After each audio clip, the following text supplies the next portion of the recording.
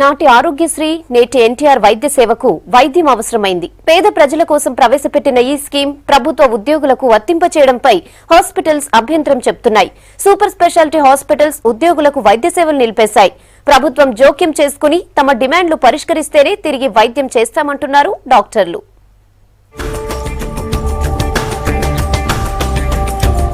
2007లో ప్రవేశపెట్టిన ఆరోగ్యశ్రీ పథకంతో ఎంతో మంది కార్పొరేట్ వైద్యం పొంది ప్రాణాలు నిలుపుకుంటున్నారు.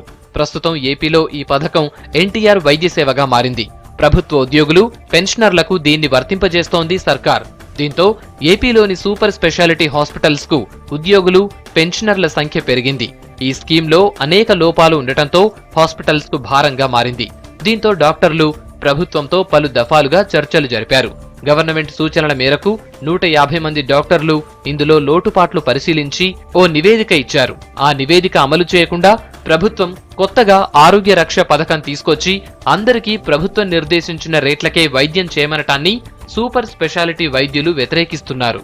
ఇంతమంది ఎంప్లాయ్మెంట్ పెట్టుకుని, ఇంత క్యాపిటల్ కాస్ట్ పెట్టుకుని ఇన్వెస్ట్ చేసి గవర్నమెంట్ స్కీమ్ ఉంది కాబట్టి వాల్యూమ్ ని డీల్ చేయడానికి అప్గ్రేడ్ చేసుకున్న హాస్పిటల్స్ ఉన్నాయి. చిన్న చిన్న హాస్పిటల్స్, కొత్త హాస్పిటల్ పెట్టిన వాళ్ళు ఉన్నారు. కానీ ఎవరైతే ఒక 20-25% పే చేసే వాళ్ళు ఉంటే ఈ రోజు క్రాస్ సబ్సిడీ చేస్తున్నారు. ఎవరైతే పేషెంట్స్ నిజంగా డబ్బు ఇచ్చి చేయించుకుంటున్నారో, ఇన్సూరెన్స్ లో చేయించుకుంటున్నారో వాళ్ళకి కొంచెం ఎక్కువ ఛార్జ్ చేసి ఈ కాస్ట్ రికవర్ చేసి గవర్నమెంట్ స్కీమ్ లో ఉన్న పేషెంట్స్ కి క్రాస్ సబ్సిడీ చేస్తున్నారు.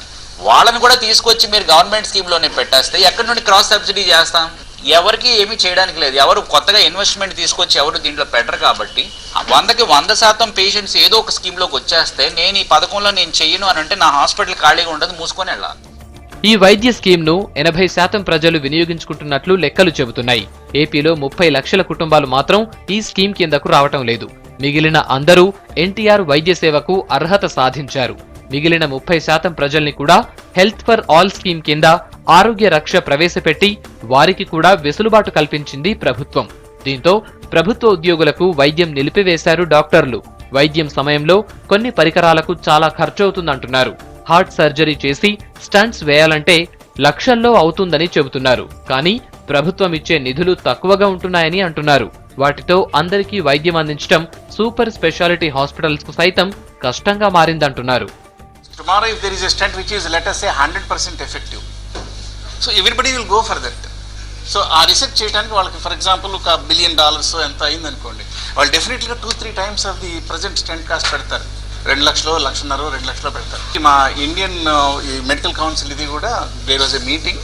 వాళ్ళు కూడా ఏంటంటే ఎవ్రీ ఇయర్ ఒక కమిటీ వేసి అప్పుడు వచ్చినటువంటి స్టెంట్స్ని, కొత్తగా వచ్చిన స్టెంట్స్ నిజంగా అడ్వాంటేజ్ ఉందా, ఆర్ కంపెనీ వాళ్ళు అన్నెసరీగా పెంచుతున్నారా అనేది కూడా ఒక స్టడీ చేసి చేద్దామని ఒక ప్రణాళిక జరుగుతుంది. ఫ్యూచర్లో ఉపయోగం దాన్ని కరెక్ట్గా ఆప్టిమల్ ప్రైస్ తీసుకురావడం అనేది బాధ్యత, మా బాధ్యత ఉంది, అందరి గవర్నమెంట్ సెక్టర్స్ బాధ్యత కూడా.